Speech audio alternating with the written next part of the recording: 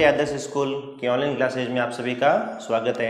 हम क्लास 12 हिंदी अनिवार्य में शब्द शक्ति टॉपिक पढ़ रहे थे और शब्द शक्ति के अंतर्गत हमने शब्द शक्ति की परिभाषा पढ़ी और शब्द शक्ति के भेद पढ़े और भेदों के पश्चात कौन कौन से भेद से कौन कौन सा शब्द निकल रहा है, कौन कौन शब्द का कौन कौन सा अर्थ निकलना है, ये बात हमने की थी।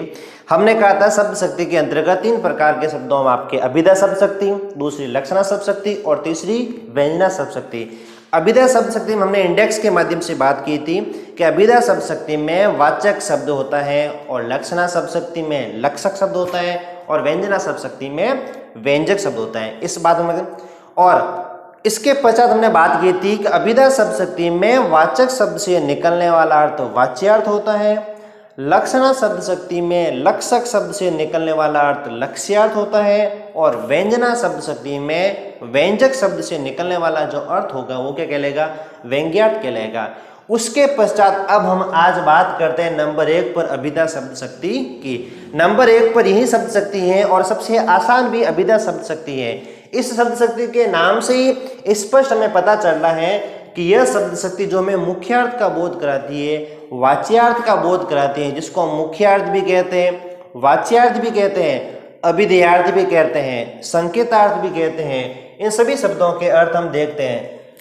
परिभाषा के तौर पर जब हम बात करें कि वह शब्द शक्ति जिससे मुख्यार्थ या वाच्यार्थ का बोध होता है, शब्द क्या लिखा हुआ है, मुख्यार्थ, दूसरा क्या है, वाच्यार्थ। इन मुख्यार्थ और वाच्यार्थ को हम अभिधेयार्थ भी कह सकते हैं, इसे हम संकेतार्थ भी कह सकते हैं, उसे अभिधा शब्द शक्ति कहते हैं। सामान्य से परिभाषा हमें सिर्फ एक शब्द याद करना है कि वह शब्द शक्ति जिससे मुख्यार्थ का बोध होता है उसे अभिधा शब्द शक्ति कहते हैं। आसान सा वर्ड, चाहे मुख्यार्थ याद करो चाहे वाच्यार्थ, मुख्यार्थ, वाच्यार्थ, अभिधेयार्थ, संकेतार्थ सभी का अर्थ एक ही होता है। हमें एक शब्द याद करना है कि वह शब्द शक्ति जिससे मुख्यार्थ का बोध होता है उसे अभिधा शब्द शक्ति कहते हैं। सेकंड बात, इसमें प्रयुक्त शब्द जो होगा वो वाचक कहलाएगा। क्या कहलाएगा, वाचक कहलाता है। बात की थी मैंने और उसी वाचक शब्द से निकलने वाला जो अर्थ होगा वो क्या कहलाएगा, वाच्यार्थ कहलाएगा। अभिधा शब्द शक्ति में प्रयुक्त शब्द क्या कहलाता है, वाचक। दूसरी बात, वाचक शब्द से निकलने वाला अर्थ क्या कहलाएगा, वाच्यार्थ कहलाएगा। अब वाचक शब्द जो होते हैं वो कितने प्रकार के होते हैं। अभिधा शब्द शक्ति में आसान सा शब्द प्रयुक्त होता है वाचक। उस वाचक शब्द को कितने भागों में विभाजित किया गया है, तो वाचक शब्द 3 प्रकार का होता है। नंबर 1 रूढ़ शब्द, नंबर 2 यौगिक शब्द और नंबर 3 योगरूढ़ शब्द। हमने शब्द विभाजन में फर्स्ट क्लास में ये भी पढ़ा था आपके कि शब्दों को कितने प्रकार से विभाजित किया गया है। एक होता है रूढ़ शब्द, जिनकी उत्पत्ति का हमें बिल्कुल भी पता नहीं होता है, जिनकी उत्पत्ति नहीं होती, जैसे गाय शब्द है, भैंस शब्द है, माता शब्द है, पिता शब्द है, भाई शब्द है, बहन शब्द है, घर शब्द है। ये सभी जो शब्द जो है खेल शब्द हैं, तो ये सभी शब्द इनकी उत्पत्ति का हमें बिल्कुल भी पता नहीं है। इन शब्दों की उत्पत्ति कहाँ से हुई है, इसलिए यह शब्द जो है वो रूढ़ हो चुके हैं। किस जैसे गाय शब्द में बोल तो गाय का एक ही अर्थ होता है, जिसका स्ट्रक्चर भी आपके एक ही होता है। घर शब्द की परिभाषा एक ही होती है। वो शब्द किस में आएंगे, सब रूढ़ शब्द के अंतर्गत आएंगे। वह मूल शब्द जिनकी उत्पत्ति नहीं होती है, अर्थात वो शब्द क्या आपके मूल शब्द है। क्या शब्द है, मूल शब्द है। जैसे गाय शब्द है, घर शब्द है, माता, पिता, घोड़ा आदि शब्द। नंबर 2 यौगिक शब्द, वे शब्द जो संज्ञा, सर्वनाम, उपसर्ग, प्रत्यय, समास आदि से मिलकर बनते हैं। संज्ञा से, सर्वनाम से, विशेष्य से भी हो सकते हैं, उपसर्ग से, प्रत्यय से, समास आदि शब्दों से मिलकर बनते हैं, वो क्या कहलाते हैं, यौगिक शब्द। यौगिक का मतलब ही योग होना है, अर्थात जुड़ना है। चाहे वो उपसर्ग से जुड़ो, चाहे वो प्रत्यय से जुड़ो, चाहे संधि से, समास से, संज्ञा से, किसी से भी जुड़ो, वह शब्द क्या कहलाएगा, यौगिक। जैसे विद्यालय, तो विद्याधन आलय, सुंदर धन ता, रसोई धन घर, अच्छा धन ई, राजधन पुत्र। तो यहाँ पर विद्यालय की बात करें सामासिक पद है, सुंदरता की बात करें तो भाववाचक संज्ञा की बात करें, रसोई घर की बात करें वापस समास है तत्पुरुष समास, अक्षय की बात करें वापस भाववाचक संज्ञा, राजपुत्र की बात करें वापस तत्पुरुष समास। अर्थात इनमें शब्दों का क्या हो रहा है, योग हो रहा है, इसलिए क्या कहलाएंगे, यौगिक शब्द कहलाएंगे। नंबर 3 पर है योग रूढ़ शब्द। ये योग रूढ़ शब्द जो होते तो यौगिक शब्द ही है, लेकिन यौगिक शब्द होने के पश्चात यह क्या बन जाते हैं, रूढ़ बन जाते हैं। अर्थात किसी न किसी शब्द विशेष के लिए आपके प्रयुक्त किए जाते हैं। वे शब्द जो यौगिक शब्दों से मिलकर बनते हैं या यौगिक शब्द होते हैं तथा किसी व्यक्ति विशेष के लिए क्या हो जाते हैं, रूढ़ हो जाते हैं, अर्थात वे योग रूढ़ शब्द कहलाते। जैसे दशानन, दस धन आनंद है तो कैसा शब्द, यौगिक शब्द, लेकिन ये दशानन रूढ़ हो चुका है किसके लिए, रावण के लिए। दशानन है तो क्या, यौगिक शब्द। कैसा शब्द है, यौगिक शब्द। मैंने कहा था योग रूढ़ शब्द होते तो क्या है, यौगिक शब्द है, लेकिन किसी न किसी के लिए क्या हो जाते हैं, रूढ़ हो जाते हैं, इसलिए इनको योग रूढ़ शब्द कहते हैं। तो दशानन, दस धन आनंद, 10 है आनंद जिसके, यौगिक शब्द बन चुका है, और ये रूढ़ किसके लिए हो चुका है, रावण के लिए। लंबोदर यौगिक शब्द है, रूढ़ किसके लिए हो चुका है, गणेश के लिए। नीलकंठ यौगिक शब्द है, नीलाकंठ जिसका रूढ़ किसके लिए हो चुका है, आपके शिव के लिए। गजानन और सडानन ये सभी है तो यौगिक शब्द, लेकिन किसी न किसी के लिए क्या हो चुके हैं, रूढ़ हो चुके हैं। लगभग बहुव्रीहि समास के जितने भी एग्जाम्पल है वह सभी किस में आते हैं, योग रूढ़ शब्दों के अंतर्गत आते हैं। तो हमने अभिधा शब्द शक्ति की परिभाषा के पश्चात उसकी विशेषता के पश्चात हमने वाचक शब्द को 3 भागों में विभाजित किया है। अब हम अभिधा शब्द शक्ति को विभाजित करने के पश्चात अभिधा शब्द शक्ति के हम उदाहरणों की जब हम बात करते हैं कि अभिधा शब्द शक्ति में कौन कौन से उदाहरण प्रयुक्त किए जाते हैं, उसमें कैसे उदाहरण लिखे जाते हैं, वो अब हम देखते हैं। अभिधा शब्द शक्ति में मैंने बात की थी कि अभिधा शब्द शक्ति में प्रयुक्त शब्द क्या होता है, वाचक शब्द से निकलने वाला अर्थ क्या कहलाता है, वाच्यार्थ। यानी अभिधा शब्द शक्ति में हमें कुछ भी विशेष रूप से सोचने करने की आवश्यकता नहीं है, क्योंकि अभिधा शब्द शक्ति में जो वाक्य लिखा हुआ जाता है उस वाक्य का वही अर्थ माना जाता है। जैसे हम बात करते हैं अभिधा शब्द शक्ति के उदाहरण। अभिधा शब्द शक्ति के उदाहरण, जैसे हम पहले उदाहरण की बात करें,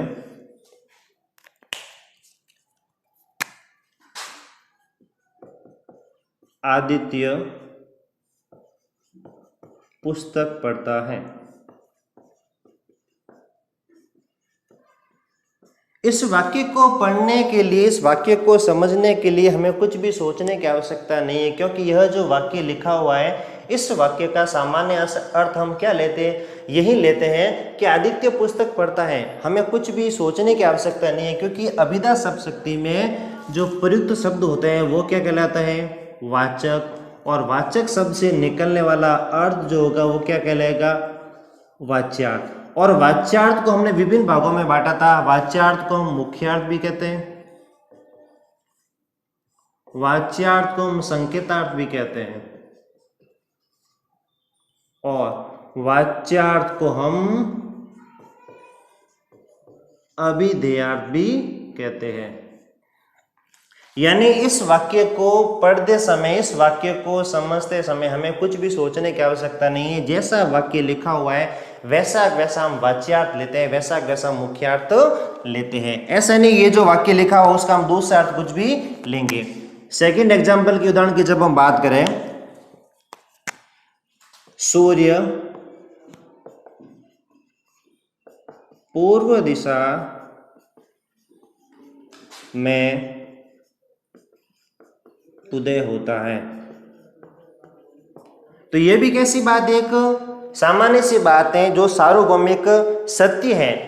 इसमें भी हमें कुछ भी सोचने की आवश्यकता नहीं, क्योंकि जो वाक्य लिखा हो उस वाक्य का हम अर्थ क्या ले रहे हैं, वाच्यार्थ। जो लिखा हो हम वही अर्थ ले रहे हैं। तीसरे एग्जाम्पल की जब हम बात करें,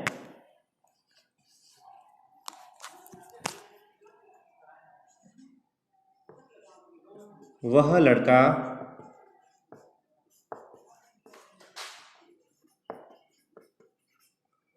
विद्यालय जा रहा है। इस वाक्य का भी हम वैसा वैसा अर्थ लेते हैं। नंबर 4, भारत का राष्ट्रीय ध्वज तिरंगा है। इसका भी अर्थ हम वही लेंगे जो वाक्य लिखा गया है। नेक्स्ट एग्जाम्पल,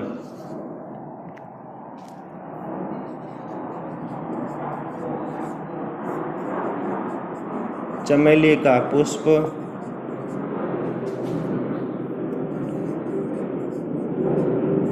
श्वेत वर्ण का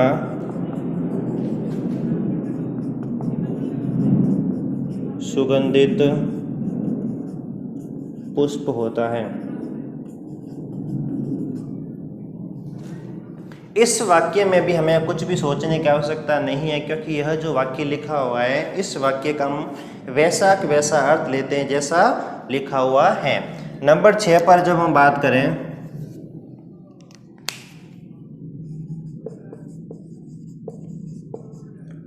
जोधपुर का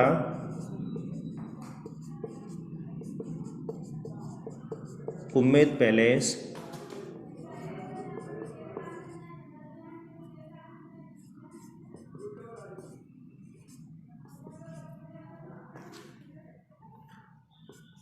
अद्वितीय है। जोधपुर का उम्मेद पैलेस क्या है? अद्वितीय है, अर्थात सबसे अनोखा है, सबसे अलग है, इसलिए ये भी किस में आ जाएगा? आपके इसी में आ जाएगा। नेक्स्ट एग्जांपल की जब हम बात करें नंबर 7 पर,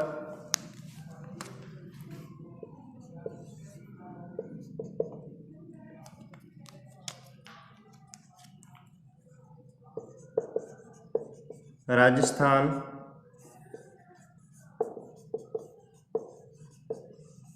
की राजधानी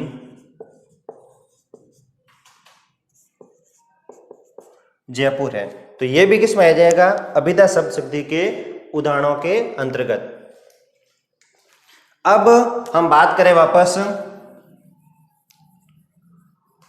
इस सेंटेंस को, जब हम चेंज करते हैं आपके, तो जोधपुर के उम्मेद पैलेस का सौंदर्य